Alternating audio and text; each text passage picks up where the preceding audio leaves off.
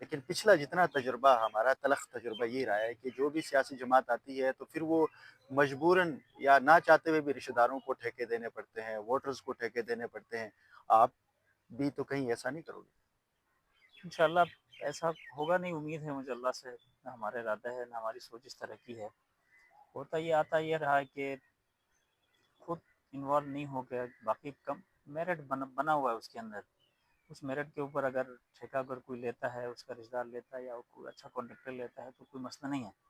لیکن اس کے اندر انفلوئنس کرنا، پھر پیسے کا بہتحاشا استعمال،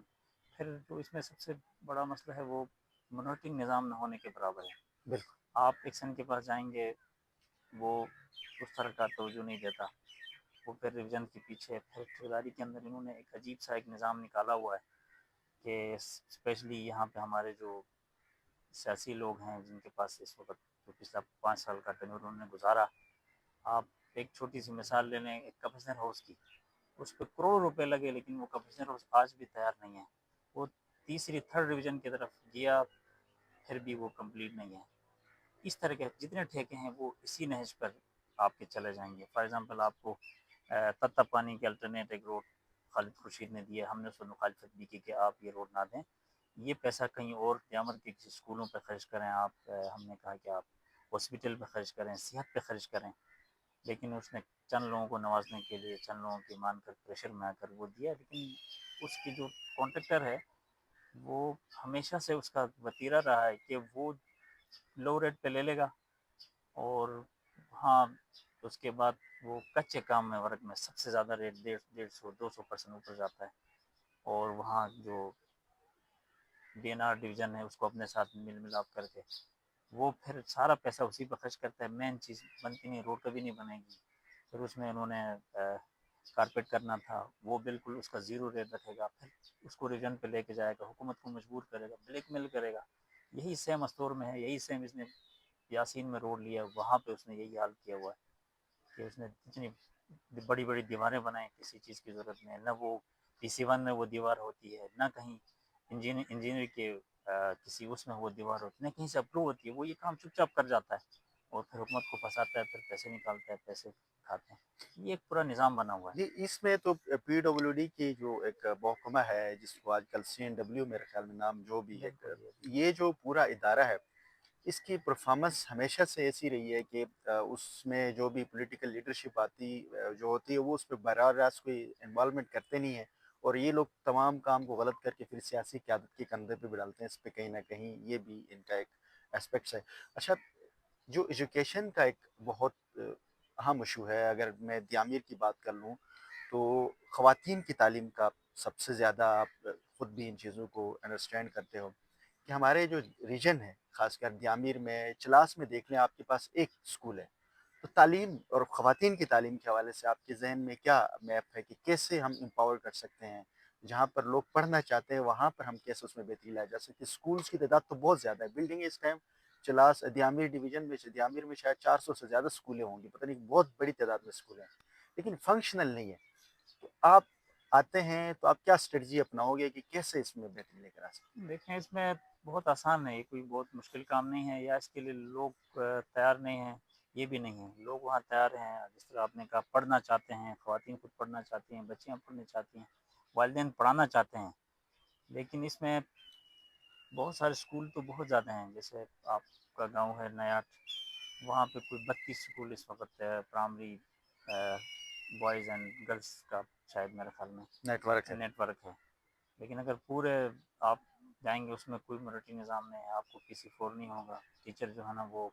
وہاں ڈپٹی نہیں دے گا، گریڈ 1 کے لیے یہ ساری چیزیں کریٹ کی جاتی ہے، 10 میرے خیال میں 20 فٹ یا 300 فٹ پر، یا سمجھیں کہ 7 گاؤں ہے جہاں پہ ڈسٹینس جو ہے نا وہ 2 کلومیٹر کا بھی نہیں ہے، لیکن وہاں اسکول انہوں نے دیا ہے، وہ صرف گریڈ 1 کے لیے دیا ہے، کوئی پلاننگ بغیر پلاننگ کے لیے،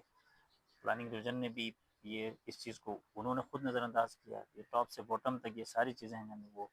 نظر انداز کی جاتی ہے، اسپیشلی دیامر کے اوپر آپ آتے ہیں تو پھر وہاں پہ پھر خود پلاننگ ڈویژن اور پھر BNR ٹاپ سے باٹم تک سب کی توجہ آٹومیٹکلی کم رکھتے ہیں یہ لوگ۔ آپ ابھی حیران ہوں گے کہ آپ میرے خیال میں نگر کے اندر کوئی 28 اسکول ہیں، شاید 28 اسکول ہنزا کے اندر ہیں ٹوٹل پورے ڈسٹرکٹ میں، اور میرے خیال میں 32 اسکول جو ہیں وہ صرف نگر کے اندر ہیں، لیکن وہاں کی ایجوکیشن آپ دیکھیں، مانیٹرنگ دیکھیں، ساری چیزیں دیکھیں، پھر اس میں تھوڑا بہت وہاں کی سوسائٹی کا بھی قصور ہوتا ہے، ایسا نہیں کہ سوسائٹی کا قصور نہیں ہے، ہم سب اس میں اسپیشلی سوسائٹی کا بڑا رول ہوتا ہے اس حوالے سے کہ والدین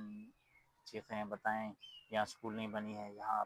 یہ چیز ہوا ہے، اس میں بھی ہماری کمی ہے، لیکن بلڈنگ بنا کر کسی فور تک یہ کام گورنمنٹ کا ہے،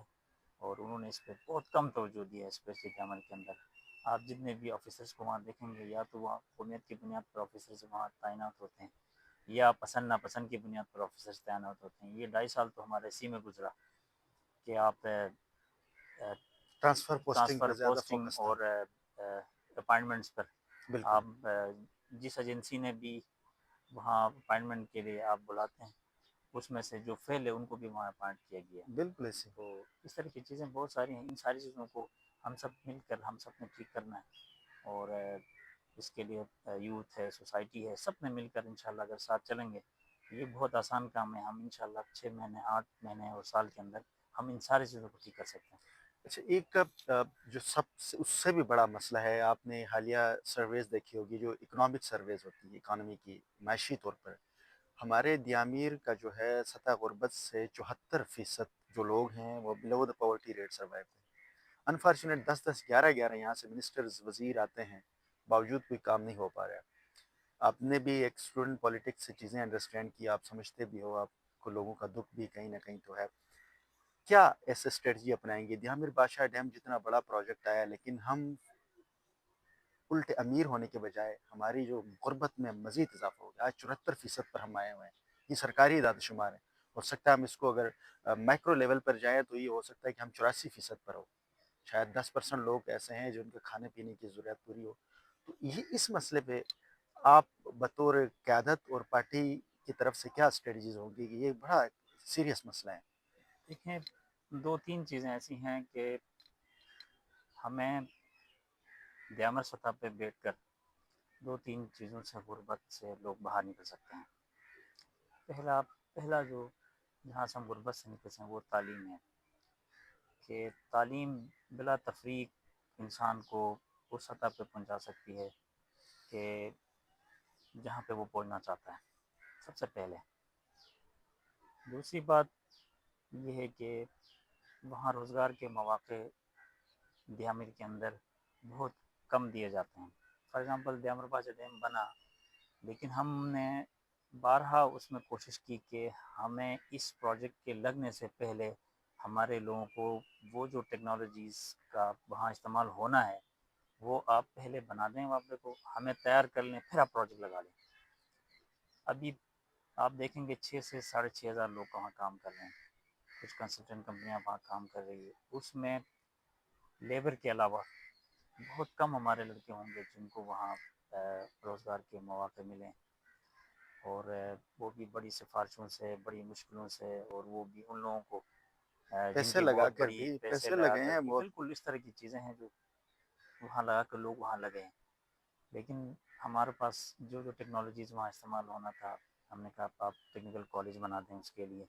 جو ٹیکنالوجی اس PC1 کے اندر کانٹریکٹر کو ضرورت ہے اس کے کم سے کم آپ یہاں پہ کالج بنا لیں۔ کئی دفعہ اپروو بھی ہو گیا لیکن اس پہ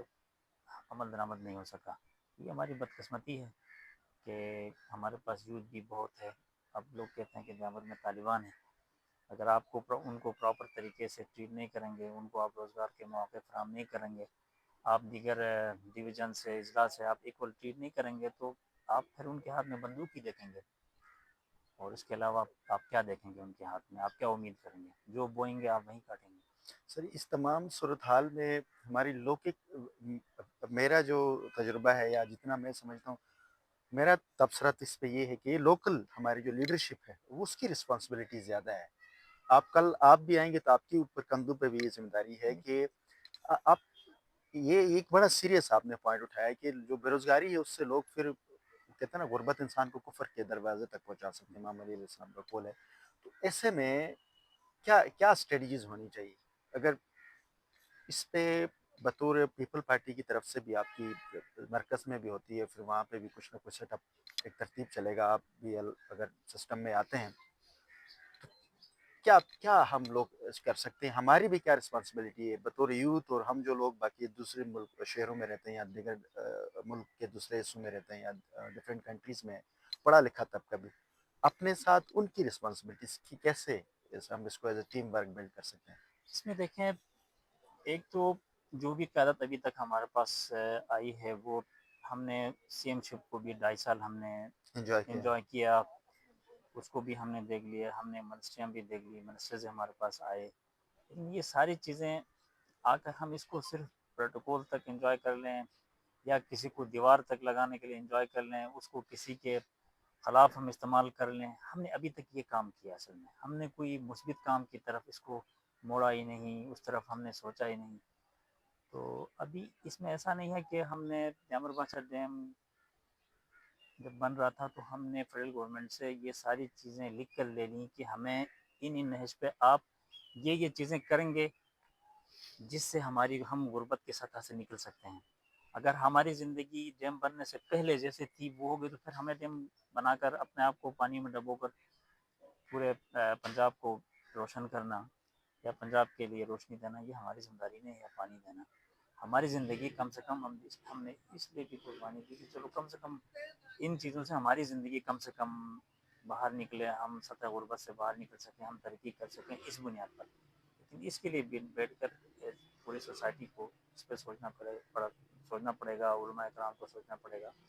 کہ ان چیزوں کو ہم ٹھیک مثبت طریقے سے استعمال کر سکیں، اور حکومت کی بھی بڑی ذمہ داری ہوتی ہے، لیڈرشپ کا یا سیاسی لوگوں کا بات پہنچانا فورمز تک، پھر ایگریمنٹ کی حد تک لے کے جانا، اس پہ بات کرنا، اگر بات نہیں کر رہے ہیں کسی فورم میں، بات نہیں ہو رہی ہے، روزگار نہیں مار رہے، پھر لیڈرشپ کی ذمہ داری ہے۔ لیکن یہاں پر اس طرح ہے کہ ہمیشہ جو ہے نا وہ پاکستان کے اندر پورا ہمارا ایک تجربہ رہا ہے پوری سب کا، جب تک آپ جلسہ جلوس کر کے آپ کا مسئلہ پیدا نہیں کر کے 2-4 لوگوں کو نہیں مروائیں گے، کوئی مسئلہ آپ کا سیدھا طریقے سے، کوئی نہ بیوروکریسی تیار ہوتی ہے، نہ وابدہ تیار ہوتی ہے، نہ دیگر ادارے تیار ہوتے ہیں اس چیز کے لیے۔ لیکن اس سے سب سے بڑا جو قصور جو ہے وہ یہ 2.5 سال ہمارا سب سے ٹاپ کا گزرا، ہمارے گھر جامر کے ہی لوگ تھے سارے پوزیشنز کے اوپر،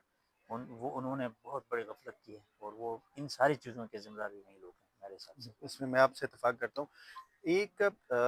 جو اگر یوتھ کی ہم جس طرح سے بات کر رہے ہیں، یوتھ کا بہت بڑا رول ہے کسی بھی ریجن کے اندر،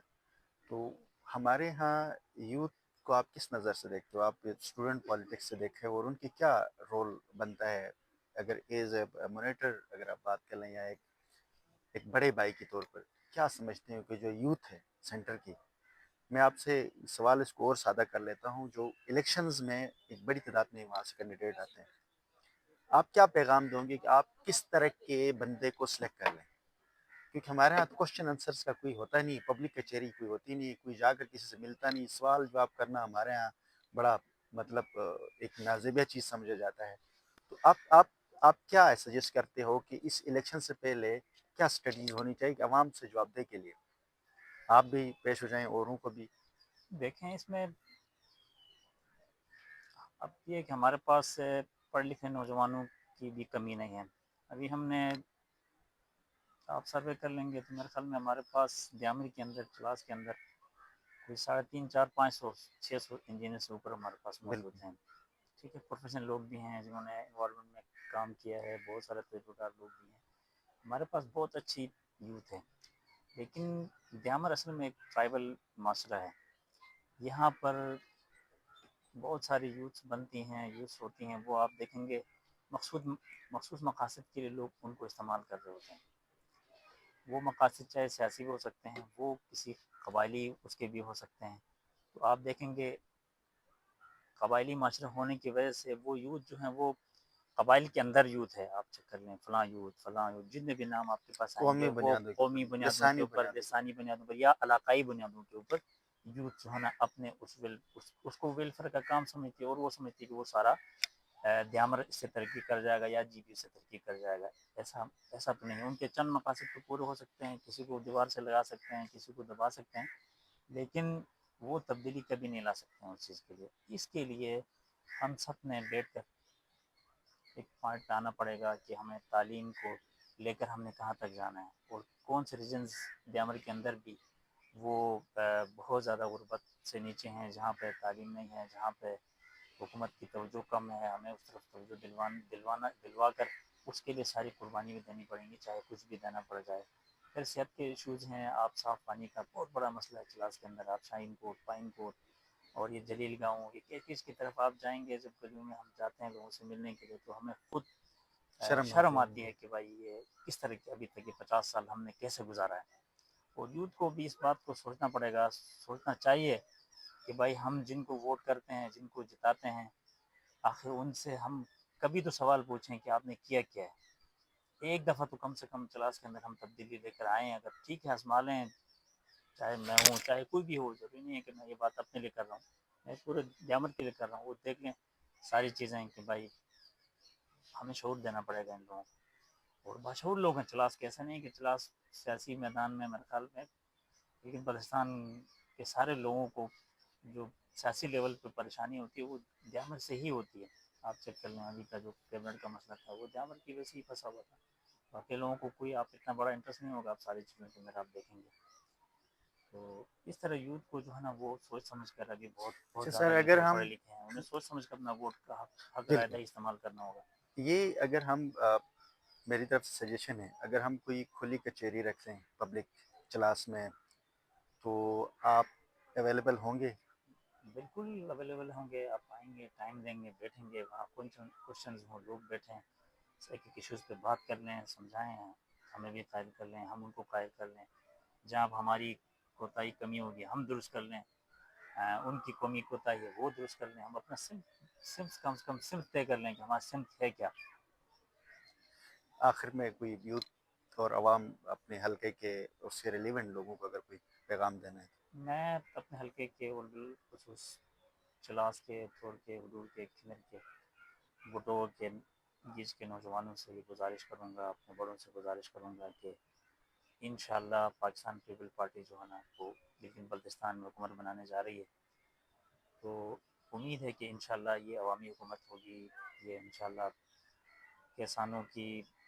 غریبوں کی، انشاءاللہ وہ ساری مسائل کے اوپر انشاءاللہ ہمارا منشور بھی آئے گا، اس کے اوپر انشاءاللہ ہم ایک ایک فرد تک، ایک ایک علاقے تک ساری سہولیات، جتنی تعلیمی سہولت ہو سکتی ہے، صحت کی ہو سکتی ہے، بنیادی جتنی سہولیات ہو سکتی ہیں، کمیونیکیشن کی جتنی سہولیات ہو سکتی ہے، انٹرنیٹ کی سہولیات ہو سکتی ہیں، آج انٹرنیٹ سے کوئی بھی بندہ دور نہیں رہ سکتا یا کمیونیکیشن پر بغیر نہیں رہ سکتا، ان ساری سہولیات کے اوپر انشاءاللہ پاکستان پیپل پارٹی یکسو ہو کر ایک جامع پلان کے تحت کام کرے گی۔ انشاءاللہ یوتھ ہمیں انشاءاللہ کامیاب بنائیں، ہمیں ووٹ کریں انشاءاللہ پاکستان پیپل پارٹی کو، اور بھٹو کے بڑے احسانات ہیں اسپیشلی گلگت بلتستان کے اوپر، انشاءاللہ آج